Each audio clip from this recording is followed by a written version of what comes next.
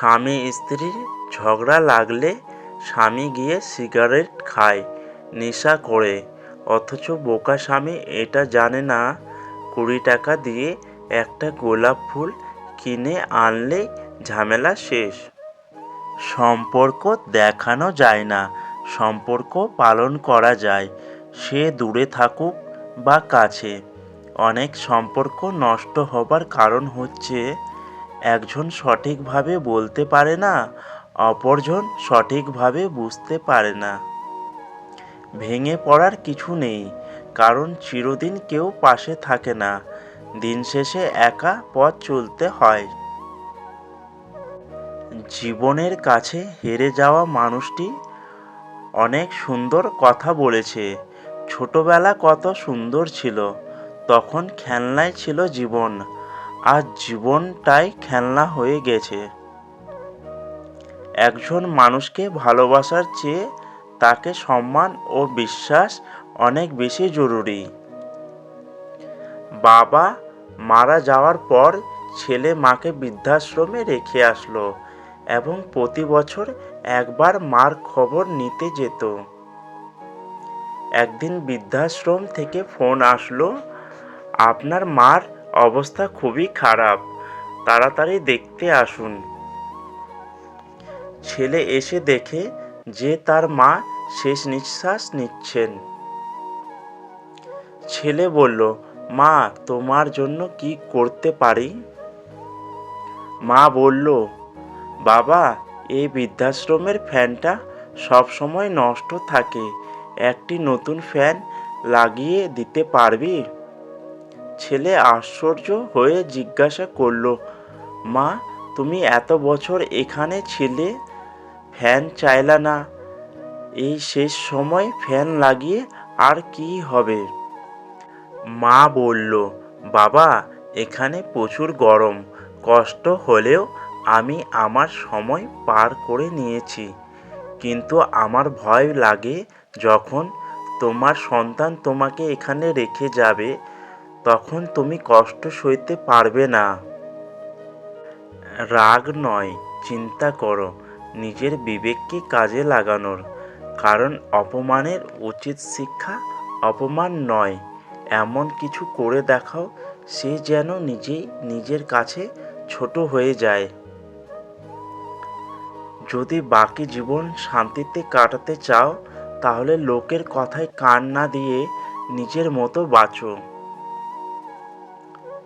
জীবনে এমন কিছু কষ্ট থাকে যেগুলো মানুষকে বাঁচতে দেয় না, আর জীবনে এমন কিছু দায়িত্ব থাকে যেগুলো মানুষকে মরতে দেয় না। দুঃখ সবার মনেই আছে, যে প্রকাশ করে সে দুঃখী, আর যে প্রকাশ করে না সে সুখী।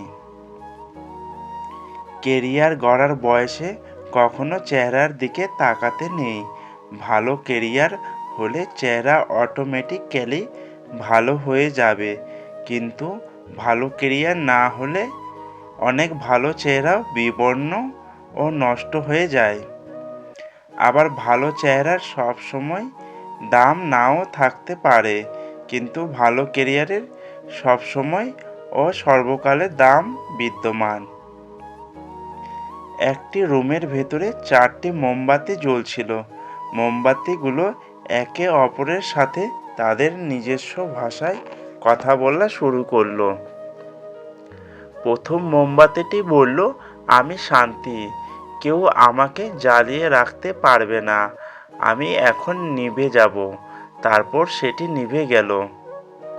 দ্বিতীয় মোমবাতিটি বলল, আমি বিশ্বাস, শান্তি যেহেতু নেই, তাই আমার আর জ্বলতে থাকার কোনো প্রয়োজন দেখছি না, আমি এখন নিভে যাব।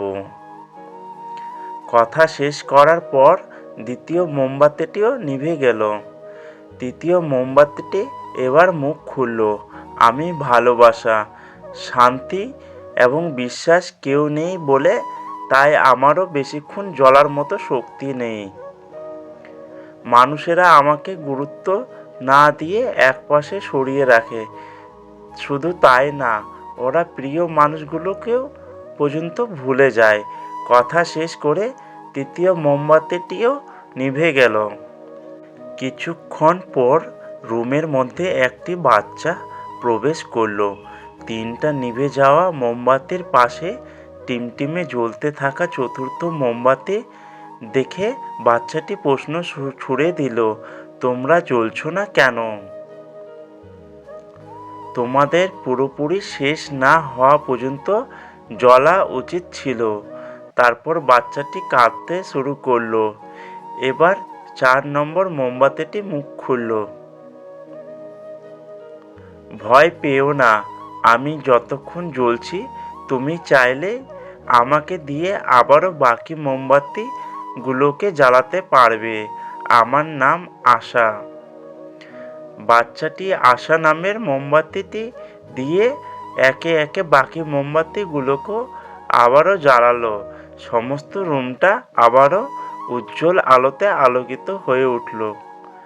গল্পটি রূপক, কিন্তু হাজারো হতাশার, দুঃখ আর সমস্যা অন্ধকারে ডুবে গিয়ে আশা নামের আলোটিকে কখনোই নিভতে দেওয়া উচিত নয়।